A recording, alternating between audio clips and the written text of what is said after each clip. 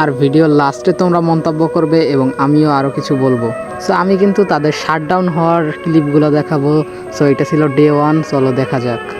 এখানে এজিএল দেখতে পাচ্ছি, এজিএল তারপর ইভোস, তার দুটো টিম হয়ে গেছে একটু পরে। বাট আরএসকে আমরা দেখতে পাচ্ছি ভালো একটা পজিশন একটা গঠন করেছিল, বাট সামহাউ তাদেরকে মন না লাগার জন্য দেখেন সেটা যাতে বিপদের না হয় সেটাই আমরা চাচ্ছি। ইভোস ভার্সেস আরএসকে ফাইট হবে এখন ইকুয়াল টু এই গড অনেক বেশি ড্যামেজ গিয়েছে। কুটুস কেন কথা দেখলাম সামহাউ ইভোস হয়তো এখানে মেন্টর দিকে এখন স্টিল ভালো একটা পজিশন পেন করে রয়েছে। আরএসকে অনেক বেশি ড্যামেজ গিয়েছিল, আই ডোন্ট নো এখন position still live. Let's see বেশ কঠিন দুটো প্লেয়ার ফ্লিকার লক্ষ্য করছিলাম, এই মুহূর্তে লং স্পেস থেকে চার্জ করার সুযোগটা নেই, কারণ বেশ ভালো গ্লুয়াল ইউজ করা হয়েছে, পেছন থেকে ফালকন প্রবেশ করতে পারে। ফ্লিকারের সামনে দুটো প্লেয়ার একই সাথে রাশ করেছেন। ইভার মেইসকে এইবার নিজেদের সর্বস্ব হারিয়ে ফেলা যায়। প্লাস অ্যাটাক সাবিং এলিমেন্ট করেছে টিমটি। Wow, it's a very hard breaking movement and এই যে এখন বিদায় নিয়ে আসে। আজকে আমরা পয়েন্টের হিসেবে একটু তাকাই, ওভারঅল পয়েন্টে Falcon already 30 point, number 1 position of Pen রয়েছে। সেখানে পেনের সাথে আর একটা ফাইট আমরা লক্ষ্য করছি, যেখানে আজকে পুরো পজিশন অফ পেন রয়েছে। কোন মরিস প্রেজেন্ট মেম্বার রয়েছে ছাদের উপর, হয়তো থার্ড পার্টি লুপে নেওয়ার চেষ্টা করছে, কি লুপে নেওয়ার চেষ্টা করছে। আমরা যে ফাইট এখন একটু পেনের জন্য গাসকে দেখলাম ডাউন হতে, পিটারকে দেখলাম ডাউন হতে, শুধু মাত্র একজন স্টিল লাইভ। আজকে আমরা এখানে আর একটা কিল চাইলে ফিরে পারবে। দেখি কি মারিস একাডেমি মুখোমুখি সামনে থাকা টিমকে শুধু দিতে চান না, আমরা প্লেয়ার নোটাকে লাস্ট মিনিট করতে পারে। ডেমারাইসের কাছে ব্যাক টু ব্যাক 4টি কিল যাবে। What a domination paiN Gaming, they are fully shut down. ডেমারাইস রেড off the back to back যাবে। এবার কোল মাউরি থেকে ফাইট প্লেটা বেশ এই কিল পুরো সামনে যাবে। এই চার্জ বেশ ভয়ঙ্কর। টাইম দিয়ে প্রবেশ করে কোল মাউরি কম্পাউন্ড কাজ করে খেলছেন তারা। সামনে থেকে প্লেয়ার আরো একবার চার্জ ফুল কার্ড অপেক্ষায় ছিলেন ফাইট শেষে। এবার 9টি কিলে টিম আরএস কে ডমিনেট করার চেষ্টাটা ভালো তো লাগছে অনেকের কাছে। বাট ডেমারাইসকে দুটো প্লেয়ার নিয়ে ফাইট করছেন, একের পর এক চার্জ কোথায় যাবেন কুটুস কম্পাউন্ড স্টিল ফাইট করছেন Nejad. Last two player down হয়ে যাবেন হয়তো বাকি বাট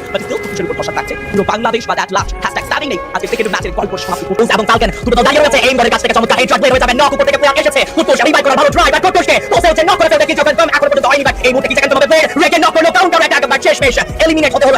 #করবে চেষ্টা এই মুহূর্তে ফালকন টাকে সাপোর্ট ফাইট চলাবে। আমরা দেখতে পাচ্ছি ফালকন জাম্প একেবারে ইনিশিয়েট পয়েন্ট করেছে। জাম্প বেশ ক্রিটিক্যাল মুভমেন্ট আছে। একেবারে লাইটিং চার্জ লিমিটেড পক্ষ থেকে অন ফায়ার নক ডাউন টাকে বাট লিমিট আর কেরোনো দুজন মিলে টিমটাকে বাঁচিয়ে রেখেছেন। প্লেসমেন্ট চেঞ্জ করেছেন, বাট এবার ধাক্কা টিম বাংলাদেশের জন্য পটিয়া দিবেন। সাজিকে নক করে ফিনিশ করলেন এবং সেই সঙ্গে দলে 4টি কিল কিন্তু তারা এবার একদমই যুক্ত করে ফেলেন। লিভার সাইড পুরোটা নিজেদের ফেভারে থাকবে। হট শট থেকে যে প্লেয়ারটি শেষ ছিলেন এই কর্নারে তিনি কিন্তু এবার জায়গা ছেড়েছেন এবং সেই সঙ্গে আরো একবারের ওই পজিশনটা হারিয়ে ফেলবে।